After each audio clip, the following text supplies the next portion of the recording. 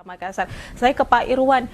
Kalau dari Disub sendiri memang sudah dari jauh hari melihat bahwa ini sudah 2017 dan dari 2007 melihat bahwa ini Kota Makassar sudah akan menghadapi kemacetan sama seperti di Jakarta. Dari Dewan sendiri Pak melihat hal tersebut, apakah sepakat? Ya, kalau kita di DPRD sebenarnya belum melihat sebuah penyelesaian yang holistik ya. Jadi kalau kita di DPRD ini memandang sepanjang kita masih parsial penyelesaiannya gitu ya. Padahal sistem transportasi ini adalah sebuah sistem gitu ya, yang kadang-kadang diselesaikan hanya dari cabang-cabangnya saja. Misalnya masalah PT-PT-nya saja gitu ya, pengaturan di jalanan gitu ya. Padahal sebenarnya kalau menurut saya penyebab kita semakin macet adalah karena akar persoalan kita tidak diselesaikan secara utuh. Misalnya begini, penggunaan tata ruang kita yang cenderung dikotak-kotakkan gitu. Ini kawasan bisnis, ini kawasan pendidikan. Kita harus akui itu berkontribusi terhadap kemacetan karena gitu ya. Orang harus menggunakan kendaraan ke tempat tujuannya masing-masing gitu. Dari kawasan permukiman menuju ke perkantoran, dari kawasan pemukiman menuju ke kawasan pendidikan, ini akan menyebabkan pertemuan beban jalan terhadap kendaraan itu sangat besar sekali. Itu cuma salah satu contoh. Masalah yang lain adalah soal paradigma gitu ya. Saya sebenarnya kurang setuju dengan paradigma kita bahwa PT-PT ini adalah sumber masalah gitu. Kalau menurut saya, dan ini juga yang saya baca dari banyak literatur terkait bagaimana menyelesaikan macet ini, persoalan kita bukan mengurangi PT-PT sebenarnya, tapi mengurangi pengguna kendaraan pribadi. Gitu. Jadi tantangan bagi pemerintah kota sekarang adalah justru angka pengguna kendaraan pribadi inilah yang harus kita kurangi. Bagaimana pemerintah kemudian merancang satu program dan regulasi yang kemudian membuat pengguna kendaraan pribadi mau bermigrasi menggunakan kendaraan publik gitu ya, kendaraan massal. Dan inilah yang setahu saya menjadi latar belakang sebenarnya kenapa Pak Wali dan di DPR kemudian menyetujui PT Smart itu. Sebenarnya kita menyetujui idenya, yaitu bagaimana membuat warga Kota Makassar lebih memilih untuk menggunakan PT-PT daripada kendaraan pribadi. Karena ada data sebenarnya yang lebih mengejutkan. Kalau di tahun 2003 sampai 2009, angka pengguna kendaraan umum bermigrasi ke kendaraan pribadi itu 1% per tahun. Itu sebelum ada kendaraan-kendaraan online itu. Gitu. Kita tidak bisa bayangkan berapa angkanya sekarang gitu ya. Nah, saya kira ini hal-hal kompleks begini maksud saya yang harus diselesaikan sebenarnya. Kalau menurut Pak Irwan sendiri, apa yang kemudian bisa ditanggapi? Apakah ini karena kebebasan oleh masyarakat untuk bisa mendapatkan kemudahan untuk mendapatkan kendaraan pribadi tersebut, atau karena memang masyarakat tidak mendapatkan kenyamanan berkendara dengan kendaraan umum sehingga ini yang kemudian mengakibatkan kendaraan pribadi meningkat tiap tahunnya? Iya. Kalau menurut saya memang ada faktor kultur ya, budaya kita gitu. Tapi sebenarnya tidak ada orang yang suka dengan kemacetan. Gitu ya. Jadi orang kemudian dibuat untuk memilih gitu ya. Kendaraan apakah yang lebih efisien dia gunakan gitu ya.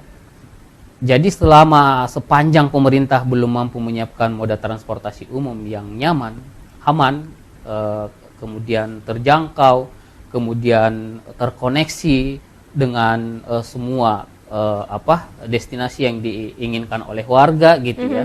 Dia tidak harus menggunakan kendaraan atau berjalan kaki dalam jarak yang jauh gitu ya. Menurut saya orang akan cenderung untuk menggunakan kendaraan umum gitu. Kenapa? Karena itu juga akan menghemat pengeluaran gitu ya. Pak Irwan, memang lebih juga merasa nyaman menggunakan kendaraan pribadi atau saat ini sudah sering menggunakan kendaraan umum? Saat ini ya jujur saja semua orang lebih nyaman menggunakan kendaraan pribadi meskipun harus bermacet-macet gitu ya. Karena kita dihadapkan pada opsi moda transportasi umum yang belum memadai gitu ya. Jadi misalnya BRT gitu ya. Kita sudah ada BRT. Persoalannya BRT juga ini ketika macet juga mengalami kemacetan gitu ya. Beda dengan busway. Kalau menurut saya idealnya kita menyiapkan busway harusnya di mana ada garansi kenyamanan karena dia tidak harus ikut macet karena ada jalurnya sendiri. Yang kedua lebih tepat pada waktunya gitu ya. Jadi kita ingin ke kantor tidak terlambat gitu ya.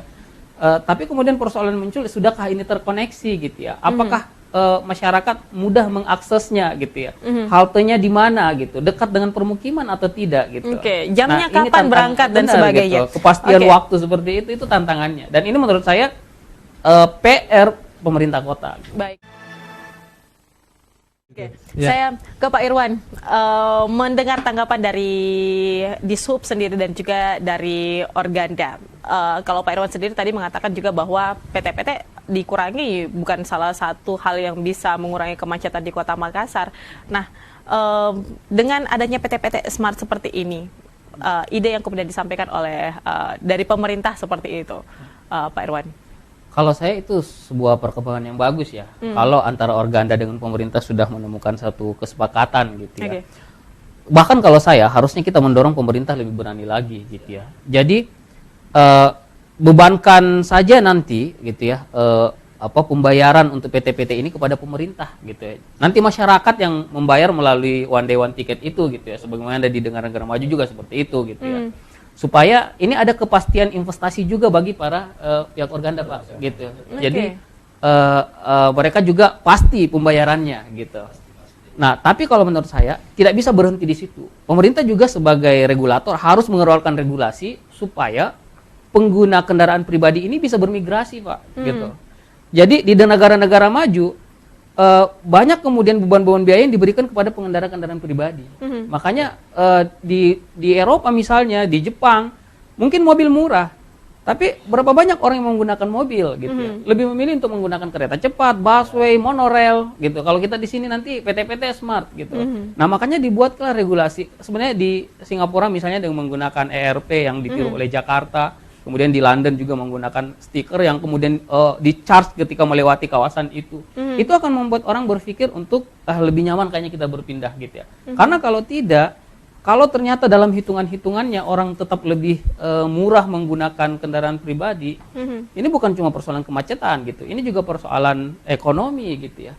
Kalau di Jakarta tahun 2003 dalam satu hari 14 miliar biaya untuk BBM saja Pak. Di Bandung 1,8 miliar per hari.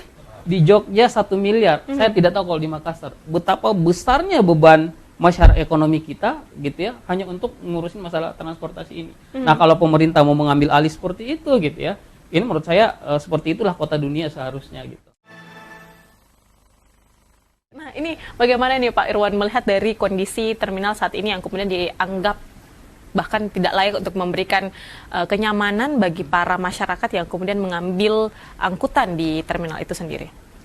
Jadi di DPRD sendiri sebenarnya sudah lama wacana ini gitu ya. Kita juga mengkritisi gitu pengelolaan oleh perusahaan daerah gitu ya, terhadap terminal ini. Sudah dikelola oleh perusahaan daerah kemudian dikerjasamakan lagi dengan pihak ketiga gitu. Dan itu membuat pemerintah tidak boleh untuk memasukkan anggaran di situ gitu ya. Dan apa yang didapatkan juga dari retribusi di sana juga itu kemudian dikelola oleh perusahaan gitu. Jadi masuk ke pemerintah juga tidak bulat-bulat gitu ya, dananya sekian masuk sekian gitu. Baik. Pak Irwan, silahkan ini juga untuk memberikan penyampaian mungkin kepada masyarakat seperti itu untuk beralih. Kalau saya, kesimpulan saya, pekerjaan rumah kita di pemerintah Kota Makassar masih sangat banyak gitu ya. Tapi kalau kita ingin menyelesaikan masalah kemacetan ini memang harus holistik Pak gitu. Nggak bisa kita sebagian-sebagian. Buat regulasinya, siapkan fasilitasnya gitu. Kemudian yang kedua sebenarnya ada singgungan dari salah satu dosen saya di Unhas. Dia bilang seperti ini, kalau kita mau ukur apakah transportasi umum itu nyaman atau tidak, harusnya para pengambil kebijakan itu menggunakan transportasi umum supaya tahu apa persoalannya, nyaman atau tidak, dan bisa menemukan solusinya. Saya men-challenge diri saya dan tentu saja para pengambil kebijakan. Dan semoga kedepannya ini juga para pengambil kebijakan sebelum mengambil kebijakan mencoba terlebih dahulu ya Pak ya. Baik, terima kasih tentunya untuk seluruh narasumber kami.